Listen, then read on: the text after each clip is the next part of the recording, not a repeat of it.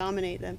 But I think the church and people in general with religion have forgot to see the verses right before and after it, like submit yourselves one to another. That's And right. husbands, love your wives and lay down your life for her. And That's so right. I think submission means serving one another, not just one-sided, and loving and deferring to each other. Like when something's more important to you, you surrender to the other person, and it isn't based on your gender. It's just whatever you're good at in your gifting. So you take turns, Right. compromise. And And I it would could be compromise. Like Yeah. submission could be, to me, sometimes it means compromise. Like where am I willing to like compromise certain things, right?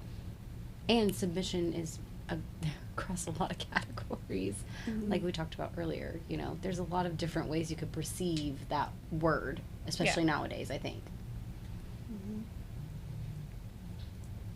What about you, Kitty? What's your view on what is the mission? I like what you had to say, because that's exactly how I would view submission too. We aren't just I would defer to him in the end for his final decision, but we have a mutual give and take. We have, I can really, stand up for myself and be like, absolutely not, you're in the wrong. And then he can say the same back to me, and we can go back and forth, and eventually we will come to an agreement, and it is 50-50. I mean, well, I don't know, 50, 100 and 100.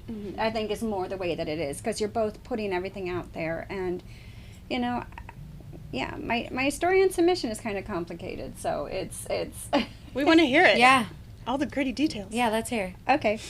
Well, when I was a little girl, my parents were it was in the 80s, and my parents were very much into you will be the perfect child. You will, obey me in everything, and any adult that says, this is this, then you just instantly obey. You never question. So I was like a great kid, which also opened the door to dirty old people who took advantage of that innocence and decided that, she's easy prey, because she's always going to be the good girl who says, okay, whatever. So anyhow, I got that scenario of a victimized child, and then you put me into the culture of religion. When I was 13 years old, we entered a religious culture, and it was very plain, very Anabaptist, if you will.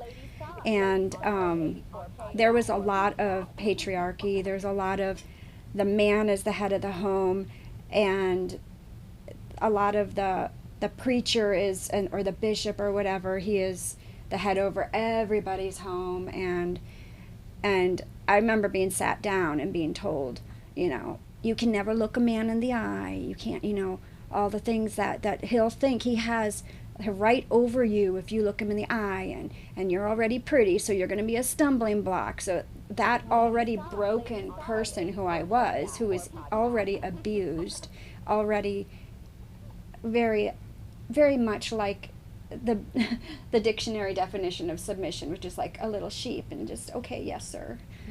That's who I